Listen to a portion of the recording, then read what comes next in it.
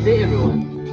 Ako nga pala si Bendic Galvez ng BSME 1E and today is magsasagot tayo ng 20 integral calculus problems and kung paano siya i-solve step by step. So tara!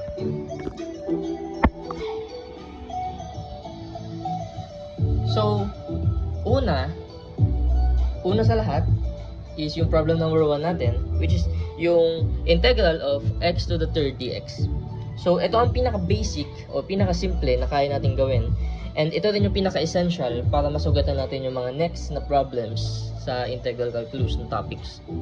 So, sa halip na sa differential calculus, ang ginagawa natin is nagbabawas tayo ng exponent kapag dinidifferentiate natin siya. So, dito naman baliktad. Sa integral calculus is magdadagdag tayo. So, paano nga ba sinusolve to? Identify muna natin yung isosolve natin, which is yung integral of x to the third, which is yung step 1. Step 2 is malaman natin kung ano yung gagawin natin na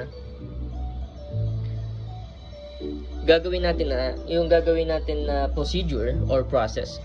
So dito, ang method na gagawin natin is basic na power rule. So, paano nga ba natin ginagawa ang power rule? Ang power rule is kapag ganito ang ating given, ang gagawin lang dito lagi is x, dadagdagan natin ng plus 1 yung exponent, and then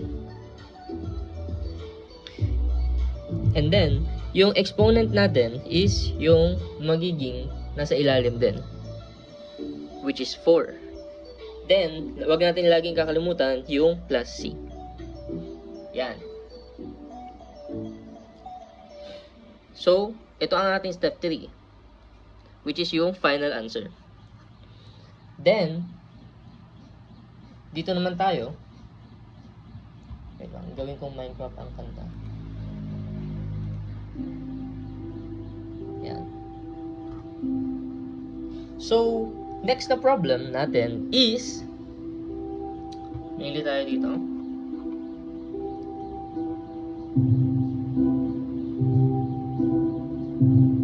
Aha. Dito tayo sa logarithmic function of integrals. So, ang problem dito is integral. Ito yung 1. So, dito naman tayo sa 2. Integral of ln x dx. Yan. So, kapag ganito ang problem natin, kailangan natin siyang i-identify na method na gagamitin natin is logarithmic function of integrals. So, yun yung step 2.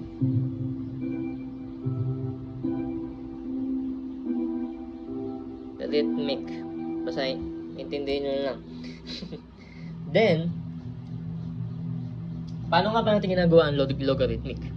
Meron siyang formula na specific sa logarithmic, which is yung u dv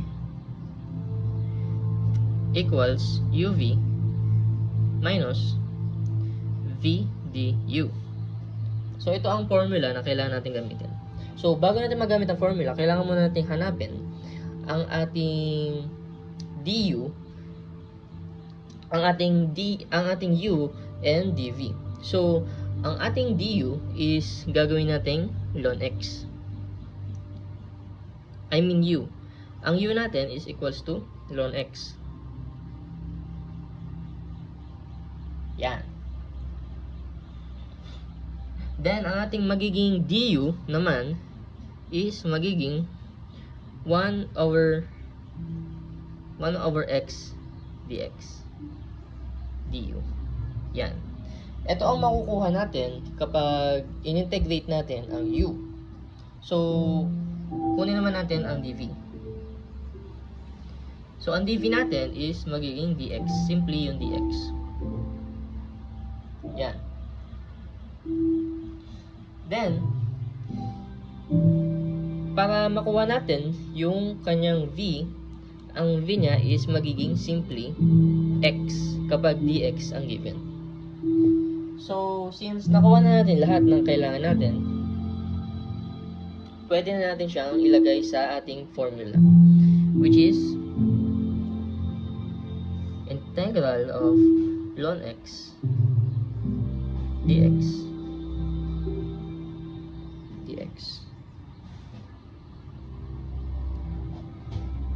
equals x ln x ito minus integral of x multiplied by 1 over x dx. Yan. So, ganito ang kakalabasan niya. Ito is yung ating UDV. Then, itong x ln x is yung ating UV. And minus integral of v du, which is ito ang ating u. Kung titigan natin dito, yan, v du. Ito ang ating du. Ito ang ating v. Then, kapag kinuha natin lahat yan, ang magiging sagot niya is x ln x minus 1 dx is equals to x ln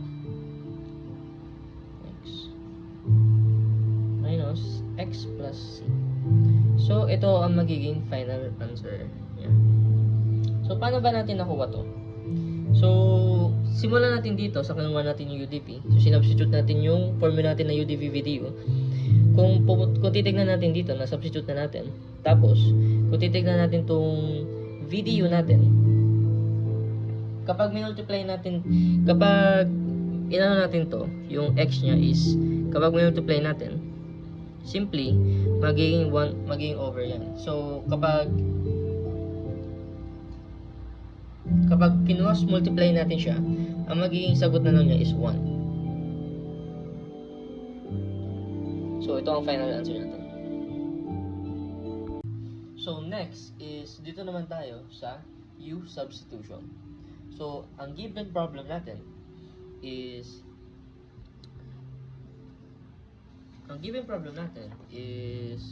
integral of x e raised to x squared dx. So, medyo may challenge na problem natin yun.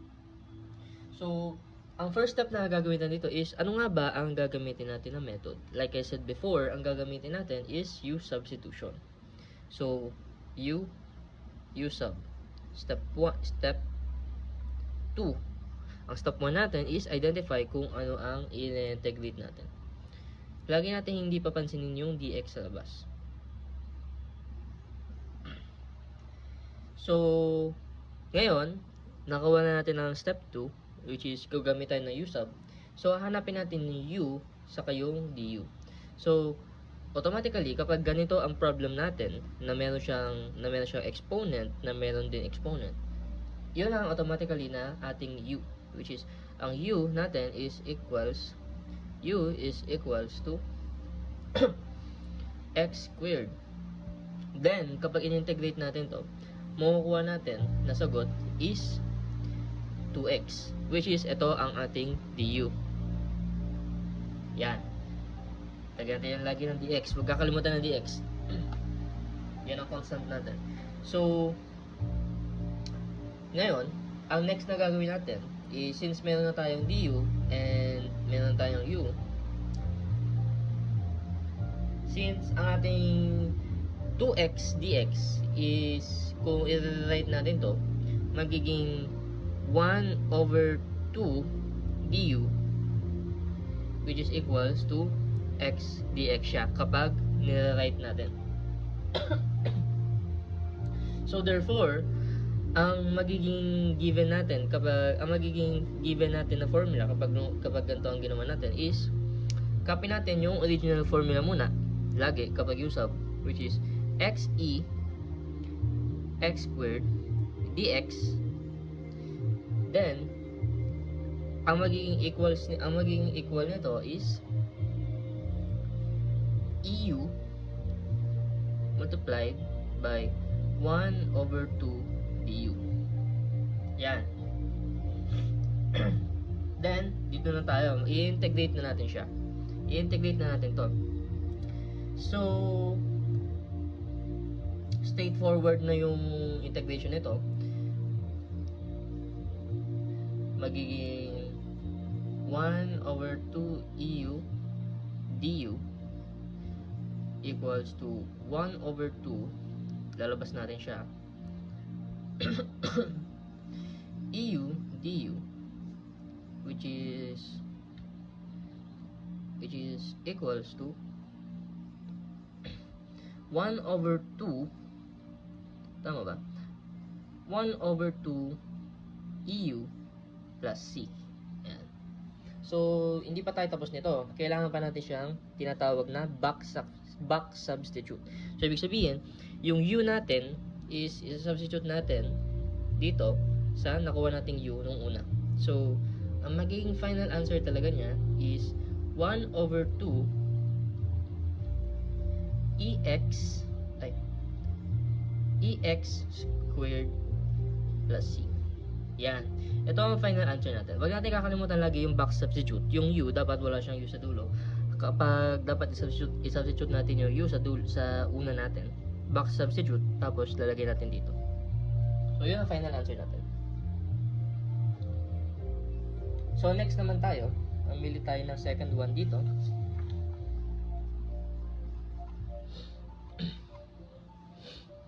Ayun. Ito, medyo mas madaling intindihin. So, practice tayo ng merong fraction naman na ang ating problem. Pero, same topic tayo.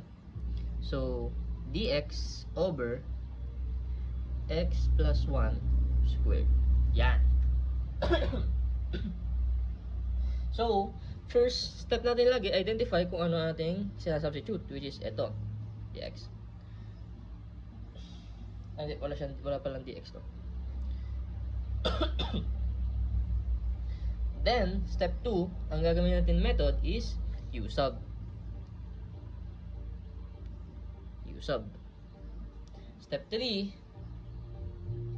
is hahanapin natin ulit yung u and du. So, sa problem na to, ang u natin is magiging, so ang u natin is equals to x plus 1. Then, kapag in-integrate natin to, kapag din-differentiate natin, ang magiging du natin is magiging equals to simply dx. Yan. Since kapag in-integrate natin to, ang magiging sagot dito is 0, tapos itong x natin is magiging simpleng 1. Pero pwede natin siyang gawing simple dx. Then, i-rewrite natin yung integral. Gagawin natin yung substitution ng integral. Mag-i-integral tayo. I-integral natin yung integral natin ito gamit ang formula na ganito. du over u squared. Yan. So, i-integrate na natin siya. Very straightforward. So, una, so magiging integral of 1 over u squared. Ayan, nakita nyo yung u natin. Yan. In du natin, which is 1 din. Pero hindi natin siya pwedeng ilagay ng 1. So, nilagay natin, hindi natin siya pwedeng ilagay ng dx. So, nilagay natin is 1. Then, du equals to integral of u minus 2 du, which is equal siya sa negative u negative 1 plus c, which is ultimately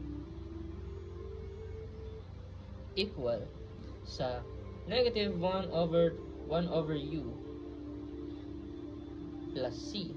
Pero, syempre, katulad sinabi natin nung unang problem dito, iba-back substitute natin siya.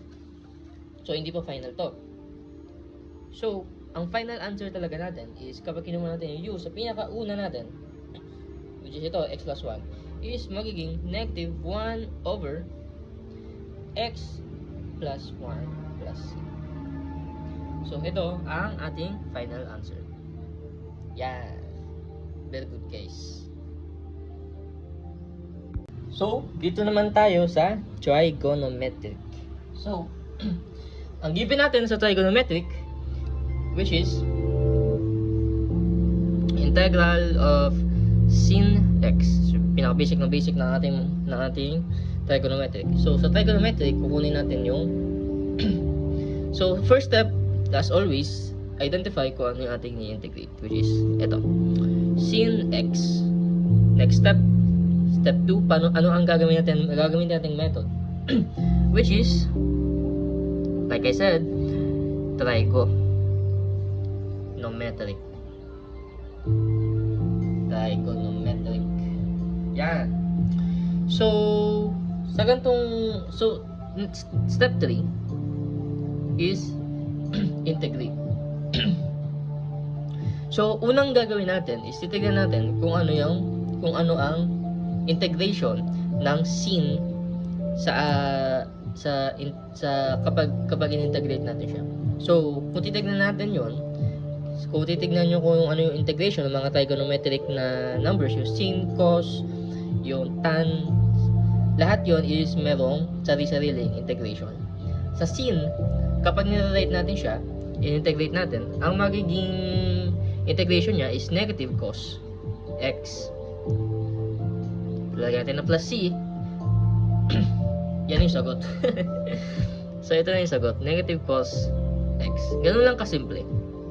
Hanapin na natin yung integration nung trigonometric. Kapag sa ulo natin yon, makukuha natin agad yung integration niya. So, next naman tayo.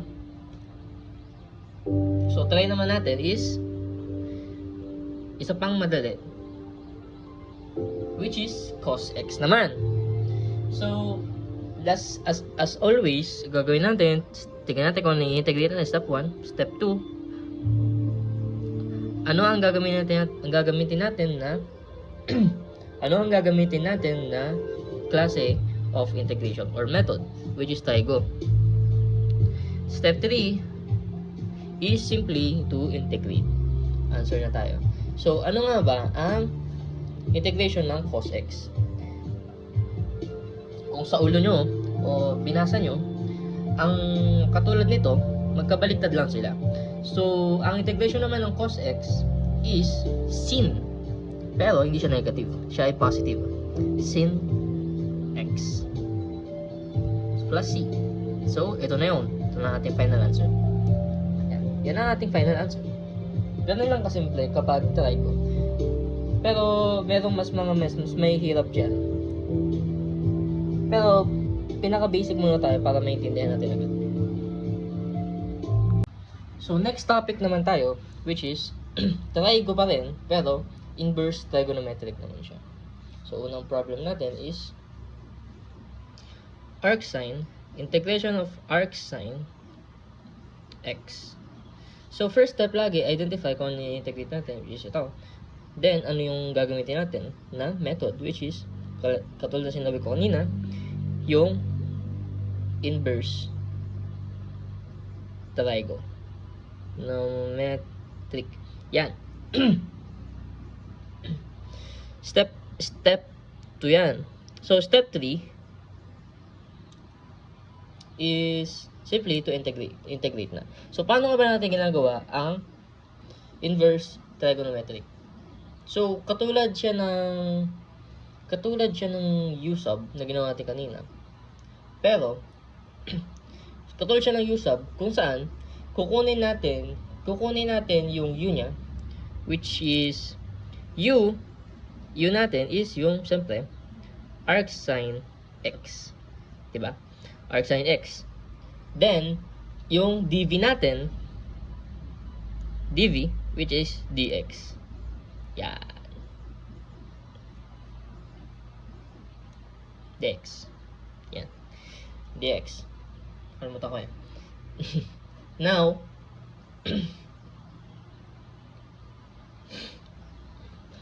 next naman natin is kukunin natin ang du ng ating u. So, ibig sabihin, i-differentiate natin siya.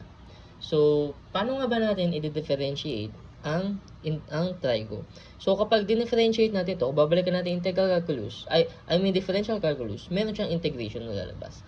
So integration ng arcsine x is equal sa 1 over 1 minus x squared radical dx. Yan.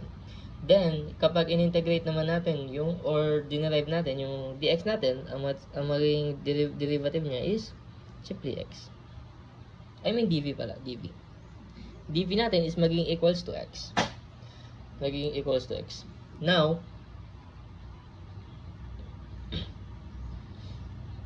bilang pala ito. Nahihilo na ako. V natin is magiging equals to x. Then, step 2, dito na tayo mag-integrate. Tapos na tayong maghanap ng u, dv, du, and v. So, ngayon, v is equals to x. Yan. So, ngayon, integration na. So, paano ba natin integrate to? So, yung una, integration of arcsine x dx is equals to x arcsine x minus integration of x minus 1 over 1 minus x squared dx. So, katulad na usab siya. So, parang usab na siya actually. Now, well, hindi. More on try ko siya yung kanina ginawa natin. Pero, yun. Iba pala yung usab.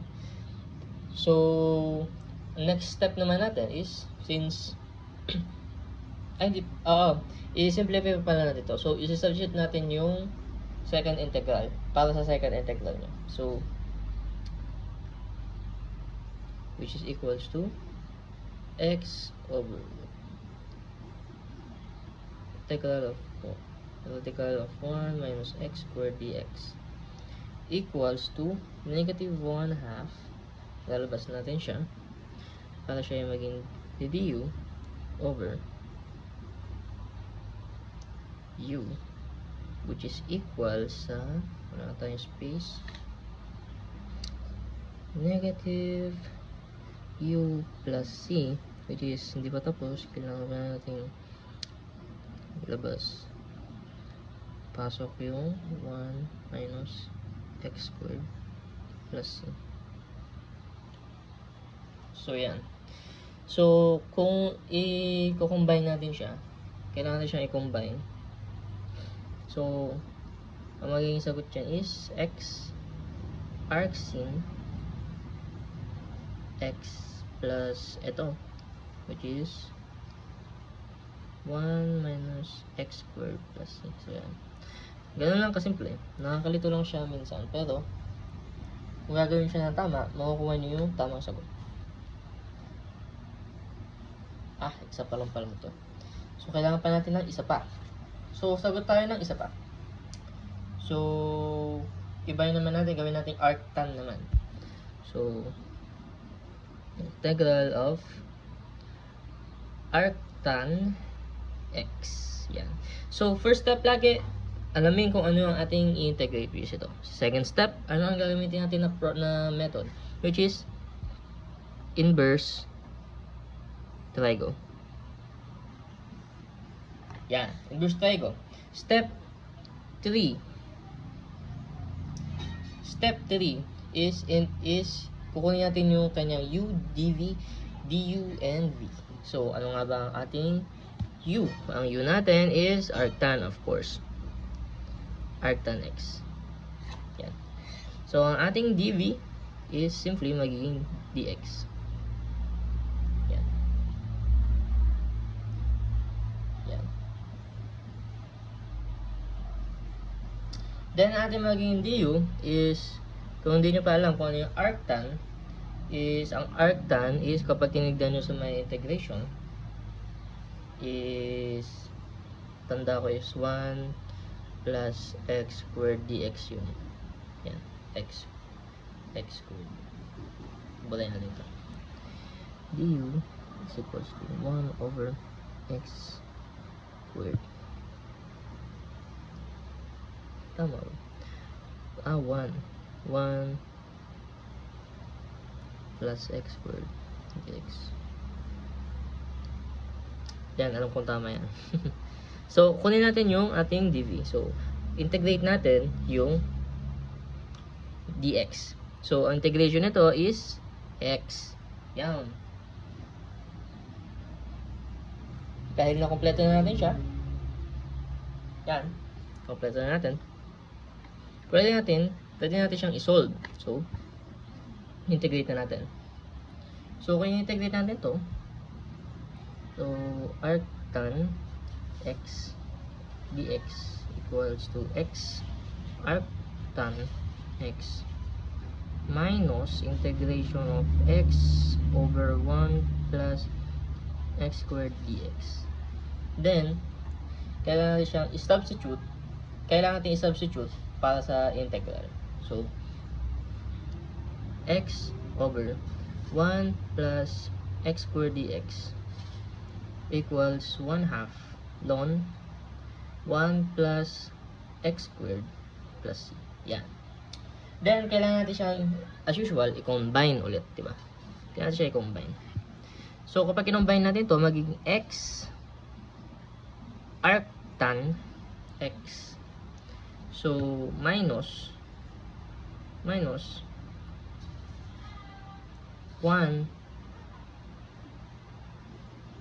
over ln 2. So, magtataka kayo kung bakit may ganito. Mayroon siyang ganitong b. Yan lang ang ginagawa ko kapag siya ay dalawa.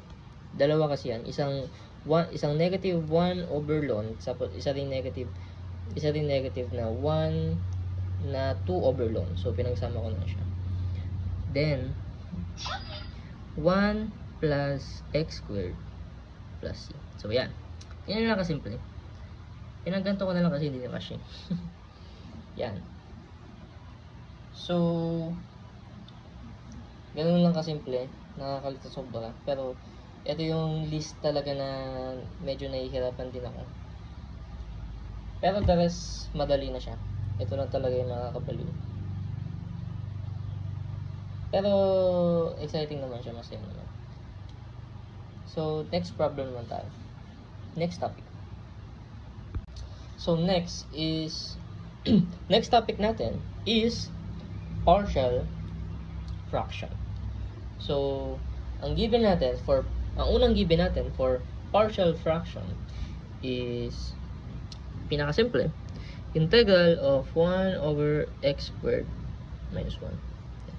Yan lang ang partial fraction natin. So, first step, identify kung ano yung pinafactor, kung ano yung ini-integrate natin. Ito. Paano, ang second step natin is, ano ba ang gagawin natin method? So, like I said before, kapag ganito ang nakikita nyo, malamang yan, partial fraction yan. So, partial fraction. Partial fraction yan, malamang. Then,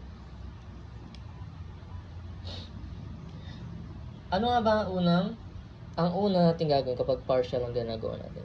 So, titignan natin yung denominator lagi. Itong denominator natin is, gagawin natin siyang, kumbaga, sisimplify natin siya. Or, papalakihin natin siya. I-expand natin. So, ano nga ba yung dalawang binomial na kapag multiply natin is lalabas dito? Diba, ang lalabas is x negative 1 and x plus 1. Yan lalabas. So, paano nga ba natin ginagawa ang partial fraction? Unang step, so yung second step natin, ito, identify. Third step natin is simply to find the expand natin yung ilalim. Yan lang, nilapin ako mag-English. So, ang next step natin is kung ano itong dalawa na to, and gagawin natin siyang dalawang fraction. So magiging ano siya, ano ba ito? Yun. So, 1 over x squared minus 1. Nalala ko na. Tapos magiging a over, yung isa, yung una, x negative 1, x negative 1. Tapos, plus b, x plus 1. Yan. Ganyan kasimple. Kapag nakita nyo may a plus b, partial yun. Automatic partial yun. Then, ang next na gawin natin dito is i-ano natin siya, i-cancel out natin yung dalawa na to. So, kung siya a over x minus 1 tapos plus b over x plus 1, i-sulat natin yung dalawa. So, x minus 1 x plus 1, tapos i-cancel natin. X minus 1 cancelled, magiging equals to a x plus 1 plus b, kapag cancel natin, cancel ito, pero siya ay magiging b x minus 1. So parang pinagpaliktad lang natin, and yun yung talagang pinaka ano bang tamang term? Idea niya. So kapag cancel natin, mabaliktad siya. So kahit hindi nyo na gawin itong step na to, basta alam nyo, basta kapag dalawa lang siya, madali lang siya kapag dalawa. Pero minsan kasi, umaabot to hanggang letter E or letter F. So, mahaba minsan. So, kailangan nyo gawin yan. Now, nakuha na natin to. Gagawin natin is to simply i-multiply natin. So, A is maging ano ba ulit? So, 1/2. Tapos, ang inyong b is maging equals to negative 1/2. Yan. Medyo nakakalimutan ko na. Good. Tama ba? Yes, tama. Negative 1/2. Yan. Wala tayong space. This time. Natin siya pagpatuloy. So, A is equals to 1/2 and B is negative 1/2. Yan. Yan.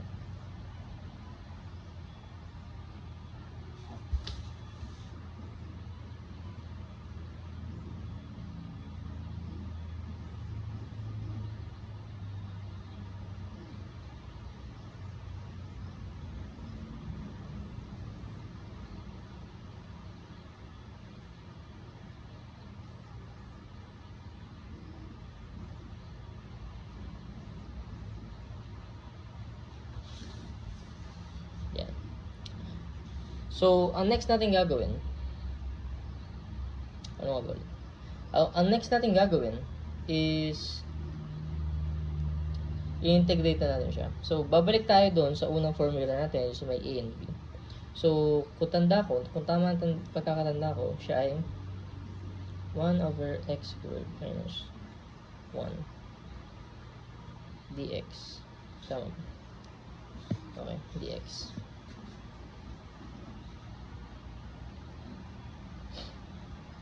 Equals 1/2.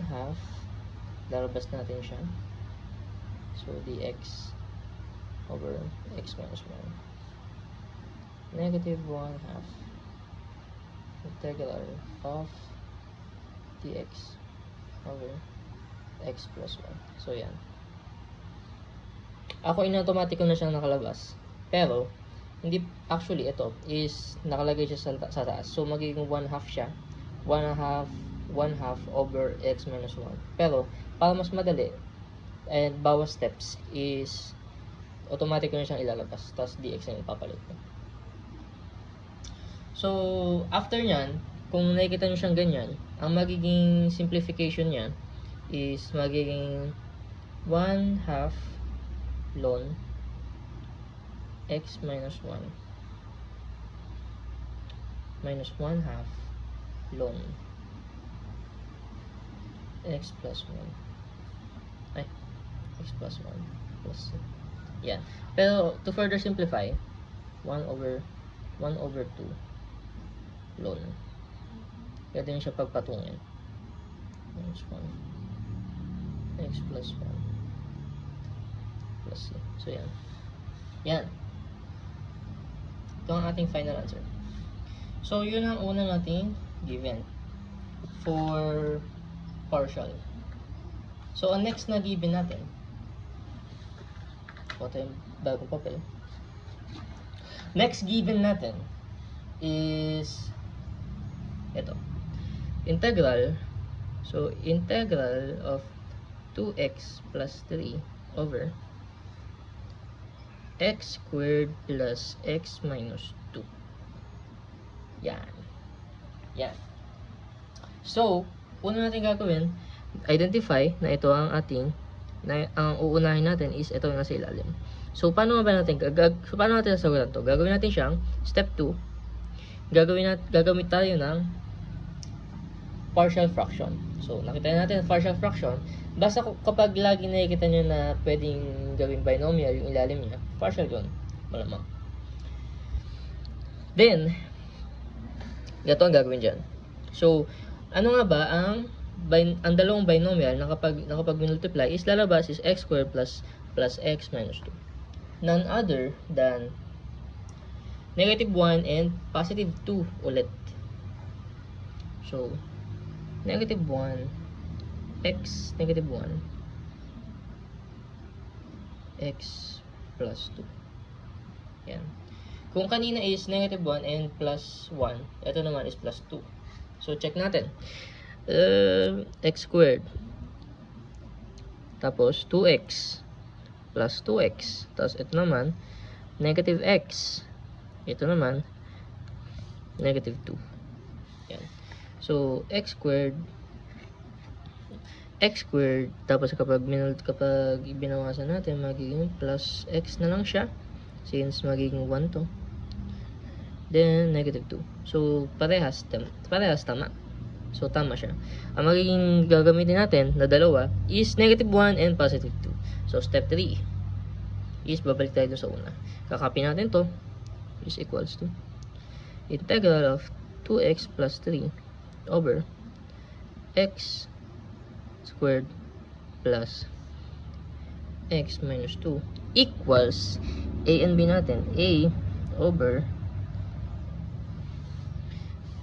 x minus 1 plus b x plus 2. Yan. Yan. Next na gagawin natin is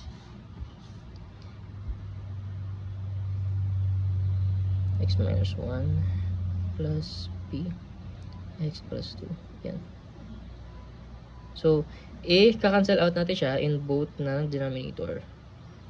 X minus 1 x plus 2. Yan. Cancel natin siya. So, kung mabilis, a is equals to x plus 2 and plus b x minus 1. Yan. Yan.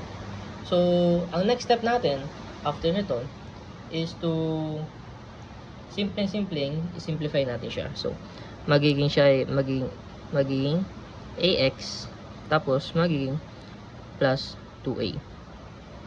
Tapos magiging plus bx siya. Negative b. Yan. Yeah, yan. Then, after nyan, is kailangan natin balik ta rin siya. So, dito, ang magiging, kung ang lalabas dyan is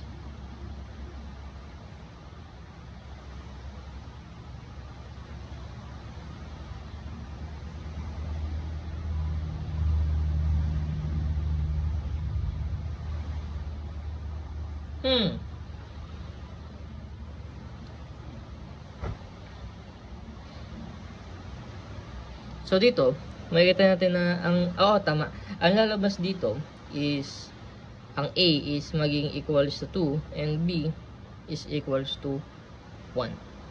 Yan. Yes. use.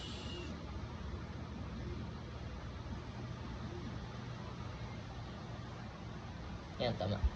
Then, after nito is babalik tayo sa pinakauna. Dito. Babalik tayo dito. So, yung integral of 2x plus 5 plus 3 pala. Plus 3 over x squared plus x minus 2 equals to a and b natin is 2 over x plus x minus 1 plus yung b natin is 1 over x plus 2. Yan. So, sa step na to, isosolve na natin siya ngayon. So,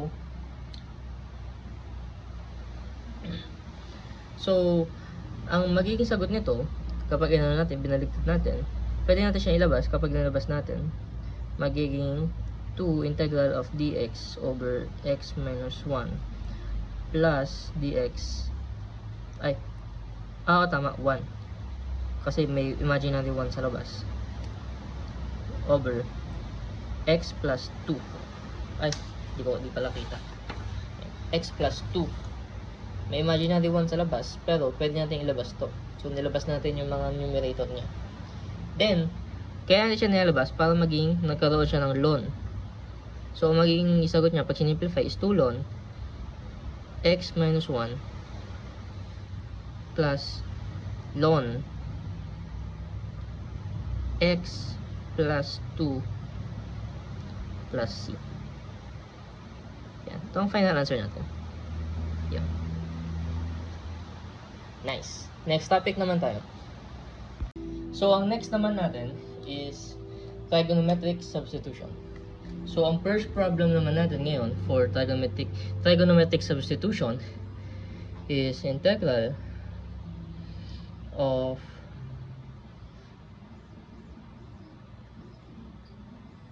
square root of 9 minus x squared. So, ang first step natin is as always, itignan natin kung ano yung integral natin, yung integrate natin. Then, ano yung gagamitin natin method? Gagamitin natin method, like I said, is trigonometric substitution. So, next is, paano ba tayo nag-trigonometric substitution? So, first is i-substitute natin yung x. I-substitute natin yung x sa 3 sin theta. Yan. Then, ang ating magiging dx is magiging 3 cos theta d theta. Yan.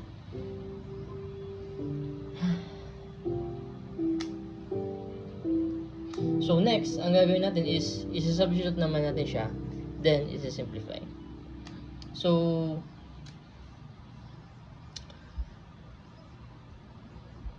ito natin siya isi-substitute.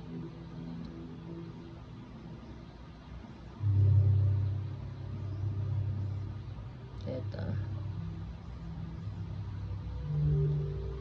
minus 3 cos theta d theta, which is equals to 3 cos theta minus 3 cos theta d theta, which is equals to 9, labas natin, cos squared theta d theta. Step 3 is i-integrate natin siya. So this time i-integrate natin siya. So paano ba natin i-integrate yung 9 integral of cos squared theta d theta? So kung kukunin nyo lahat yan, magiging 9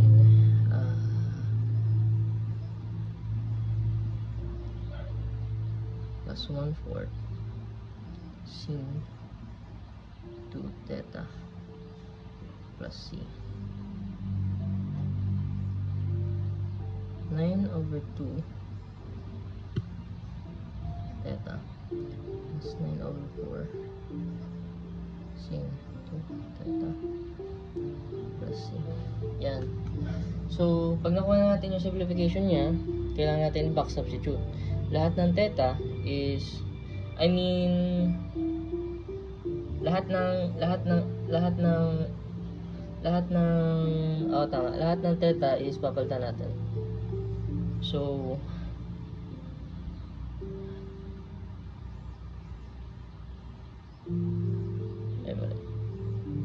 sin 2 theta equals 2 sin theta cos theta equals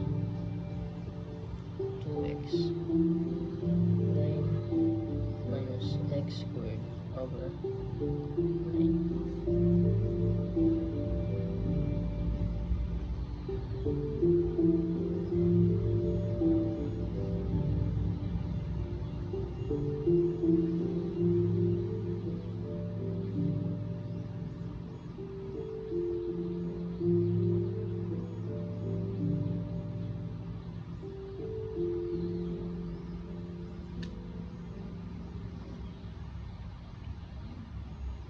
So, ito. Napakasimple. Diba? So, ang una natin gagawin, ulitin ko, is kukunin natin titignan natin kung ano yung integrate, which is ito, gagawin natin, hahanapin natin yung method na yung gagamitin natin, which is trigonometric substitution. After that, is kukunin natin yung x and dx. Then, kapag nakuha na natin yung x and dx, pwede na natin siyang i-substitute, then i-simplify. So, dito, sinubstitute natin siya. Then, sinimplify ito. Yung sinimplify na natin kapag sinolve natin siya sa madali na to sa calculator eh. Pero, pag sinimplify natin siya, ang lalabas is ito. Then, ibaback substitute natin siya finally, pag nandito na, para makuha natin yung final answer. So, isang para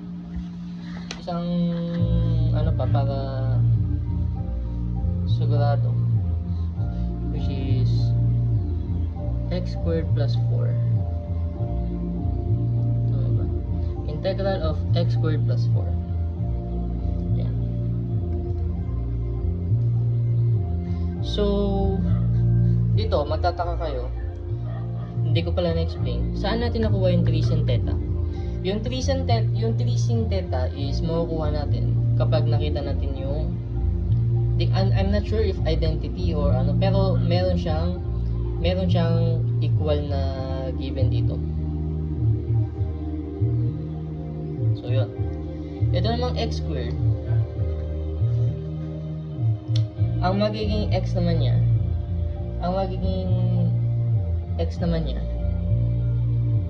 is equals to 2 tan theta. Then, yung dx niya is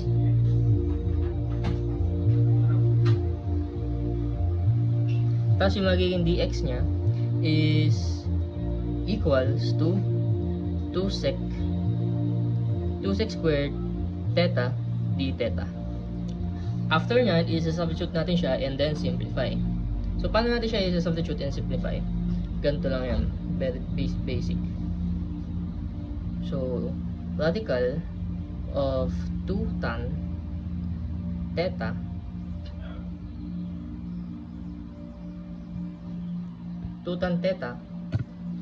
squared plus 4 2 sec squared theta d theta, which is ultimately equals to grabe.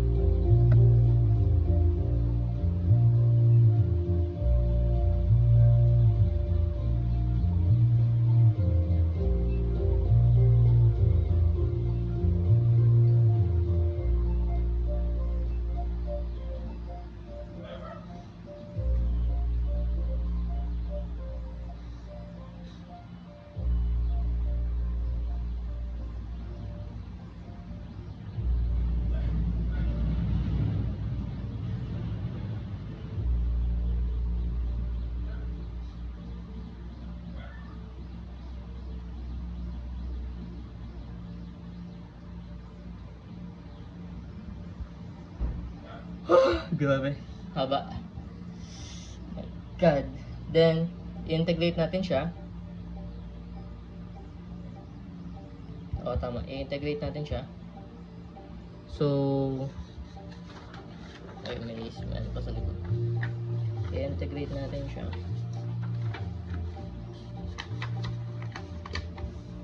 I-integrate natin siya.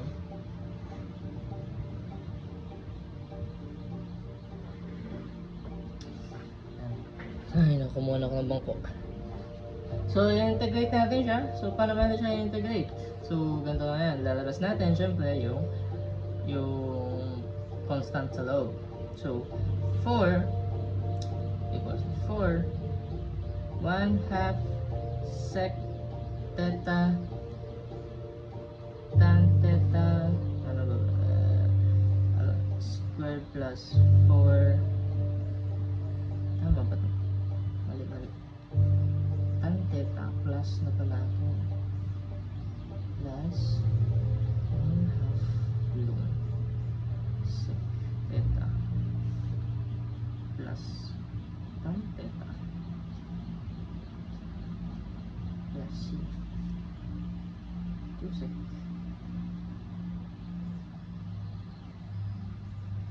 tan theta plus 1/2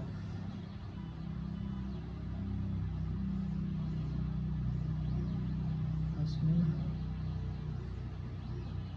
ano ba ito? Ln sec theta plus tan theta plus c.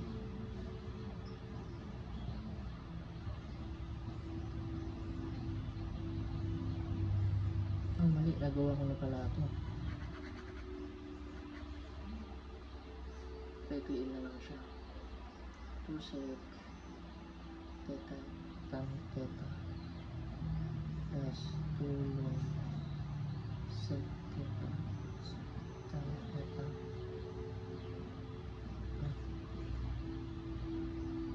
plus c. Yan. Tapos back substitute na ulit natin. Back substitute na natin. So, back substitute, very basic.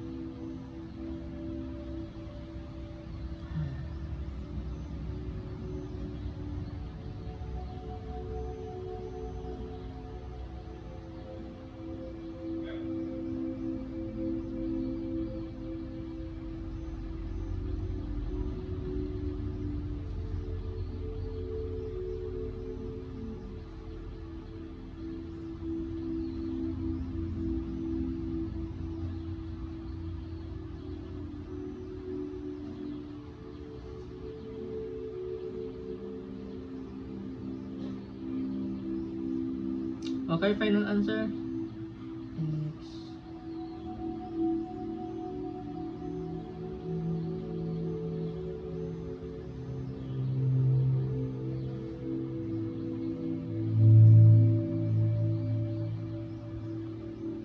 Yan, final answer. Final answer natin. Grabe. Yan, ang final answer natin. Nice. Next topic naman tayo. So, ang next topic naman natin is integration by parts. So, ang integration by parts na unang problem natin is integral of ln x. Napakasimple. So, alam niyo na yung mga step. So, ang gagawin din natin dito is integral by parts. Integration by parts. So, ang una natin gagawin kapag alam na natin na integration by parts, paano nga ba integration by parts? Ang unang i-identify natin is yung u and du. So, ang u natin is equals to ln x. Then, ang du natin is simply dx. Yan. Then, ang du natin or ang ating kapag dinerive nyo siya, simply 1/2 lang lagi ang ln x. Siyempre, lagyan natin lagi ng dx yan. Then, yung dv natin, kapag in-integral natin yung dx, ang magiging sagot niya is simply x. Yan, naalala ko na, x. Yan. So, i-apply natin siya sa integration by parts na formula. So, ano nga ba ang formula? Kapag sinubstitute natin siya, ito siya. Ln x dx equals to x ln x minus x 1x dx. Yan. So, ang formula natin, papaalala ko lang, is u dv is equals to ub minus integral of v du. Ito ang formula ng integration by parts. Yan. So, ito is, kapag simplify natin, is mag-equal siya sa x ln x minus integral of 1 dx equals to x ln x minus x plus c. Yun ang final answer natin. Napakasimple. So, isa pang warm up is integral of dx cos x. Yan, lagyan natin ng cos x para astig. So, alam natin yung alam natin first step, titignan natin kung ano yung i-integrate natin, tapos ano yung gagamitin na method, which is integration by parts. Then, paano naman natin siya i-integrate mismo. So, syempre, kukunin natin ulit yung u. Tandaan natin yung formula ulit, u dv equals ub minus integral of v du. Then, kukunin natin yung u. U is, obviously, yung ex. Yan ang laging u natin, yung pinakauna. Then, ang dv natin is equals to cos x dx. Ito, kapag dinerivative natin yan, ang magiging sagot niya is simply ex pa din. Tandaan nyo lagi yan, ex pa din. Diyan ako namamali sa exam. Then, ang antiderivative ng dv is ng cos x dx is sin x. Always sin x. Dapat sa ulo yan eh. Then, apply natin yung integration by parts na formula, yung sa u dv du. So, ang magiging labas niya is ex cos x dx equals to ex sin x. Yan yung natin, uv. Then, negative, ito yung v du natin, which is sin x ex dx. Yan. So, ulitin natin yung integration by parts sa mga natitirang integral. So, ex sin x dx minus equals negative ex cos x plus integral of ex cos x dx. So, ngayon, isa-solve na natin yung integral niya mismo. So, magiging pinaka-final answer niya is magiging ex sin x plus ex cos negative I. So, yung I pala niya, which is yung integral, is ito. Then, lilipat natin. Well, para paikliin, ito.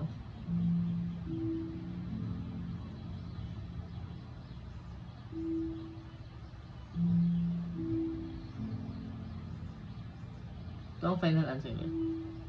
Yan. So, next topic naman tayo. So, next topic natin is definite integral. Ito yung isa sa pinakasimple, pero isa din sa mga huling topics sa integral calculus. Pero isa din siya sa pinakasimple. Napakasimple lang. So, itong example natin is I and 0 x sin x dx.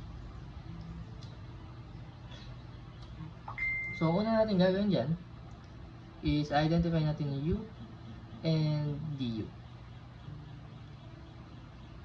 U natin is x, dv natin is sin x, dx. Then natin du is equals to dx.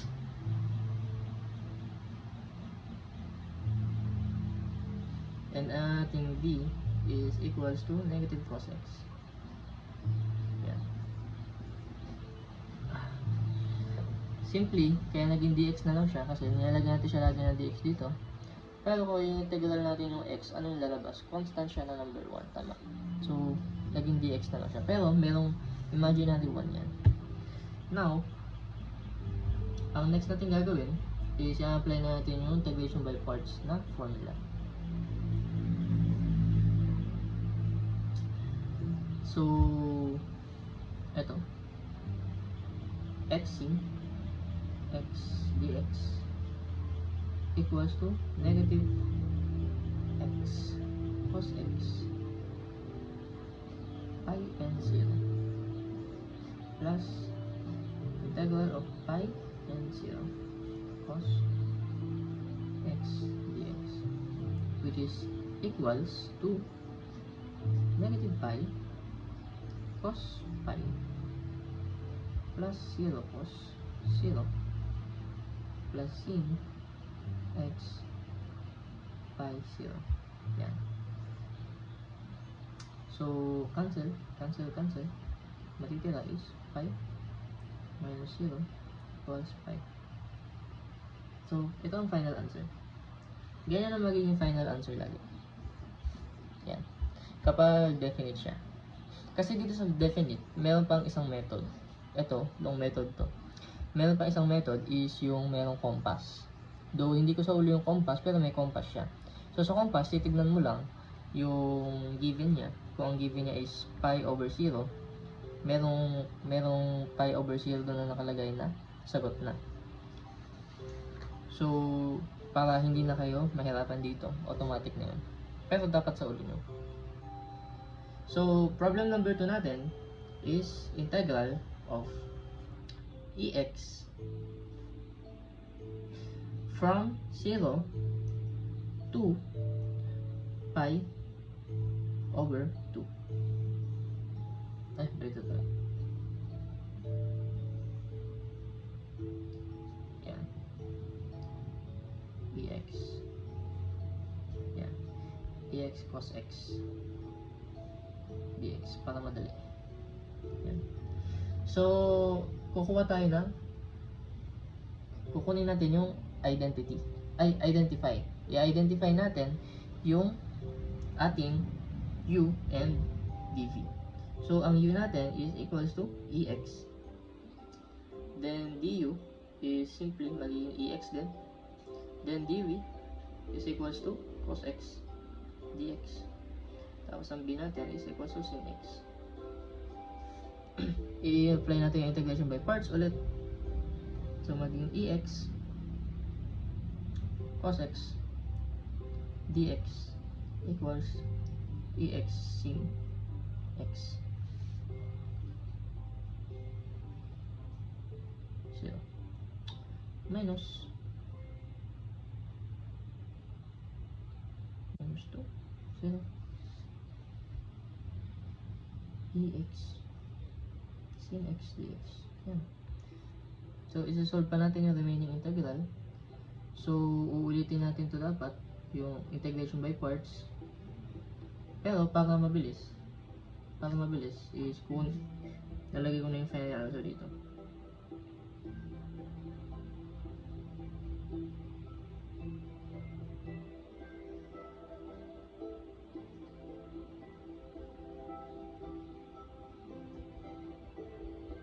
So, ito ang final answer natin sa integration by parts. So, yan. So, next topic naman tayo. So, ito, ang second to last topic natin bago tayo mag-volume is area under the curve. Yan. So, Ang una natin, kung maaalala nyo yung definite integral natin, ang definite integral is the same lang sa area under the curve. So, kapag nag-solve kayo ng definite integral, siya ay area under the curve na rin considered as. Pero, still, magsagot pa rin tayo. So, ang isang given natin is evaluate natin ang area under the curve ng integral niya is x squared 3 to 0 dx. Ayan. So, since alam natin, yung ibang mga questions kasi dyan, yung ibang mga given is sentence type siya. So, kailangan siyang isipin kung siya ba ay, kung paano siya gagawa ng formula. Pero kung nakuha nila yung formula, katulad nito, ang gagawin na lang natin is napakasimpleng definite integral na lang para makuha natin yung area under the curve niya. So, identify natin yung function. So, yung function natin is x squared.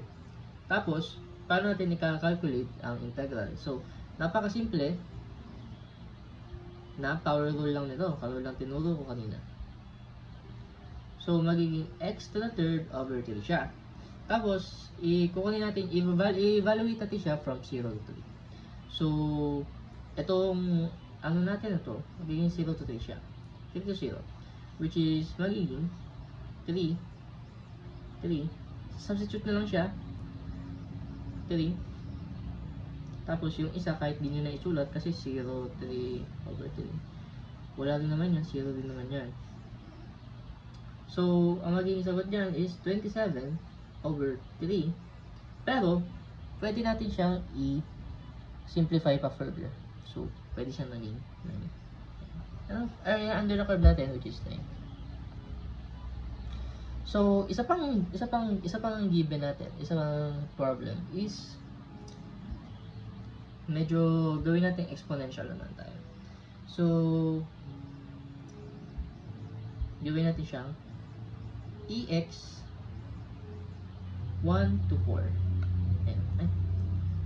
1 to 4 EX. Yan. So, ang function natin is EX. Ngayon, kakalculate natin ang integral gamit ang exponential rule.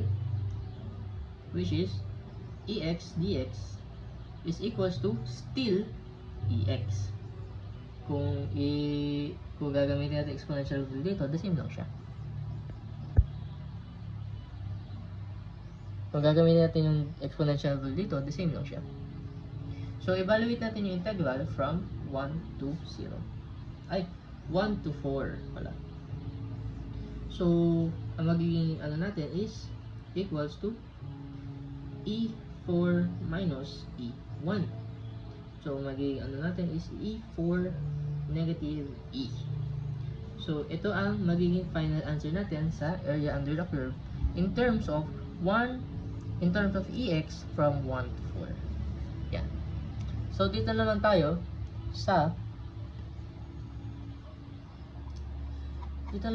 sa volume. Ang ating final na topic, which is volume. So, ito, ang isang pinakasimple na volume na question na tinuro sa amin ni Sir Magat, ang aming mahal na guro. Which is, determine the volume of solid. Determine the volume of solid obtained by rotating the region bounded by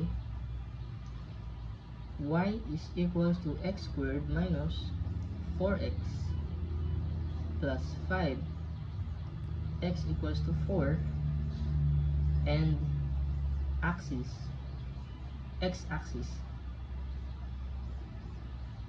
is about the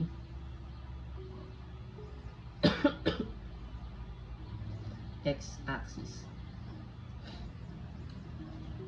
So, ang given natin is y is equals to Nakikita ba? Y is equals to x squared minus 4x plus 5. Yan. So, ang sinasabi sa atin is from B to A.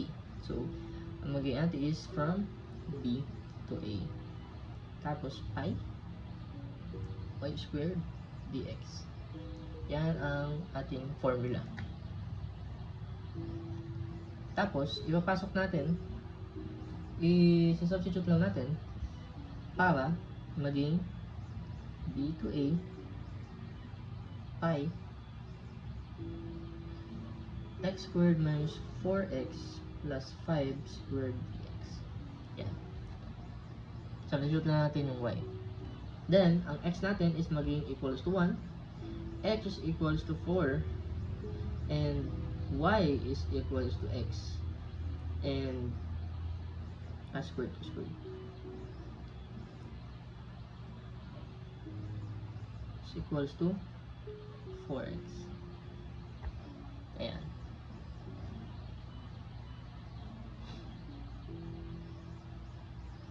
So, ang ating magiging 4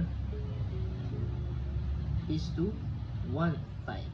Substitute natin siya sa AV. Then, ang magiging formula natin is 4x plus 5 squared dx. Yan. So, kung kukunin natin sa calculator to, ang magiging final answer niya is 78 pi over 5. Yan ang una nating area under the, volume.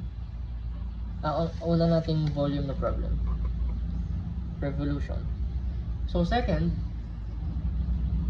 is disk naman tayo. Ito is, ang method dito is